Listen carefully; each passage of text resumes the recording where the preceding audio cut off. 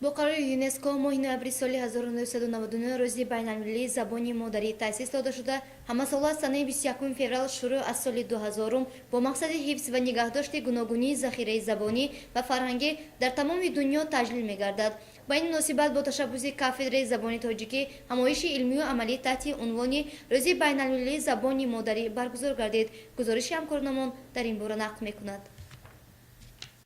معاون رектор اوید با علم عبدالقاهر اوریپов همایشро حسنی آغاز بخشیده راجع به نقش و اهمیت زبان همچون نعمتی بی‌بهای معنوی در تشکل و رشد فرهنگ و مدنیت بشر، تدبیرهای حکومت جمهوری تاجیکستان در مسئله پشتیبانی از تحکیم پایه‌های زبان و زبان آموزی ابراز اندیشه نمود. سپس در موضوع روز بین‌المللی زبان مادری عید مقدس، دکتر علم‌های فیلولوژی پروفسور مدیر کافدره زبان تاجیکی دانشگاه توغرال شاکرов معروضه نموده ذکر کرد که دانستن و آموزش زبان رکن محوری انکشاف جامعه محسوب می‌یابد.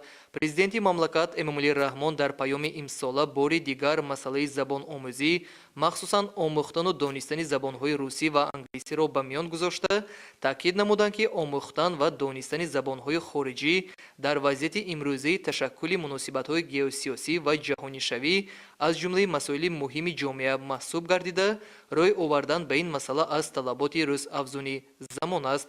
دوسنت دلبر میرزایeva پیرامون نقش زبان روسی در زمان معاصر برآمد نموده تاکید ساخت که در روند جهانی شوی به دانستن زبان‌های بین‌المللی روسی و انگلیسی انکشاف همه‌جانبه جمعیت را تصور کردن غیر امکان است، زیرا این دو زبان از زبان‌های معمولی معاشرت و معامله بین‌الخلقی محسوب می‌گردند.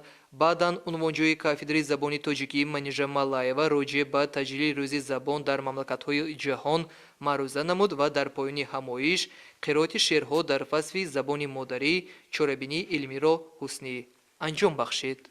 زبان در دهان ای خردمند چیست؟ کلید دری گنج صاحب هنر.